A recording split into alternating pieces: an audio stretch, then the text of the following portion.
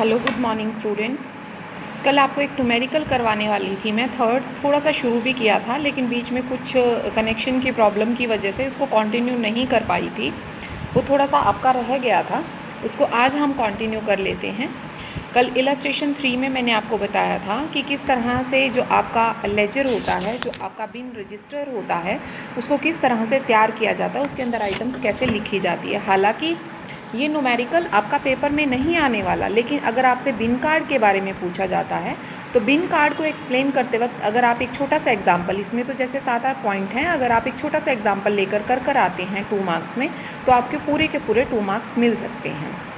और या फिर ऐसा भी हो सकता है कि 6-7 नंबर में इसको एज ए शॉर्ट नोट में डाल दें, तो शॉर्ट नोट के अकॉर्डिंग भी आपको ये है न्यूमेरिकल्स जो है वो छोटा सा बनाकर आपको देकर आना पड़ेगा। तो कल मैंने इलस्ट्रेशन बहुत अच्छी तरह से आपको बता दी थी कि इसमें आपका ओपनिंग बैलेंस था, इसमें इशू की बात हुई थी। तो इशू का मतलब है जहाँ पर आपका जो माल है वो आपका स्टोर हाउस से कहाँ पर इशू होएगा, आपके परचेज डिपार्टमेंट में इशू होएगा।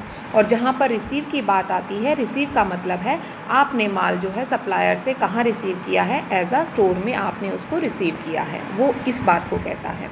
तो देखो, जब हम बात कर रहे हैं कि हमारे पास हमने ऑर्डर कितना कितना दिया, तो ऑर्डर जो हमने दिया है उसको हम साइड पर लिखेंगे, बिल्कुल जैसे ये लिखा हुआ है आपको कि आपने 200 यूनिट का दिया, 500 का दिया, ठीक है, और फिर अगेन आपने कितने का दिया है, 200 यूनिट का दिया है। और जब इशू की बात हुई, इशू और रिसीव दोनों आपने लिखने हैं। देखो, बैलेंस स्टार्टिंग में कितना था आपका, 400 का था। फिर आपने क्या किया, 100 रुपये की 100 यूनिट्स की डिमांड आई आपको किसी बैच 251 से, मीन किसी प्रोडक्शन डिपार्टमेंट से, आपने वहाँ इशू किए, आपके पास 300 बैलेंस रह गया।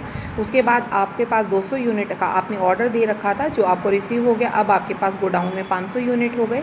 उसके बाद 300 की आपकी परचेज फिर से रिक्वेजिशन आई आपकी प्रोडक्शन डिपार्टमेंट से, आपने वहाँ भेज दिया, आपके पास बैलेंस 200 रह गया।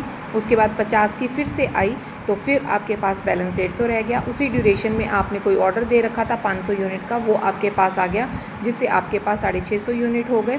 उसके बाद 252 की फिर से डिमांड आई, 48 की फिर डिमांड आई आपके पास, और उसी ड्यूरेशन में एक शॉर्टेज हुई 5% की, मीन 5 यूनिट आपके शॉर्ट हो गए, तो वो शॉर्टेज भी आप यहीं दिखाएंगे। उसके बाद 40 का आपको एक नया ऑर्डर रिसीव हुआ, ऑर्डर नहीं बल्कि ये रिटर्न था आपका।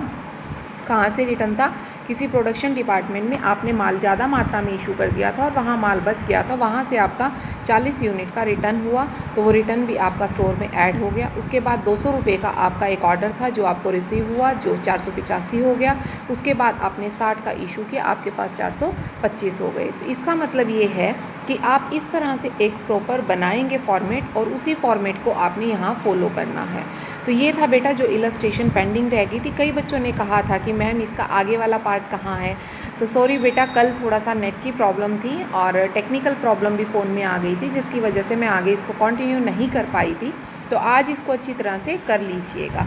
उसके बाद जो आपकी नेक्स्ट इलस्ट्रेशन है वो मैं आपको करवा चुकी हूँ, 4th इलस्ट्रेशन, और 5th मैंने आपको ये कहा, 5th भी मैं करवा चुकी थी, और 6th जो है वो आपको करनी है, वो मैं आपको आज करवा दूँगी। ओके।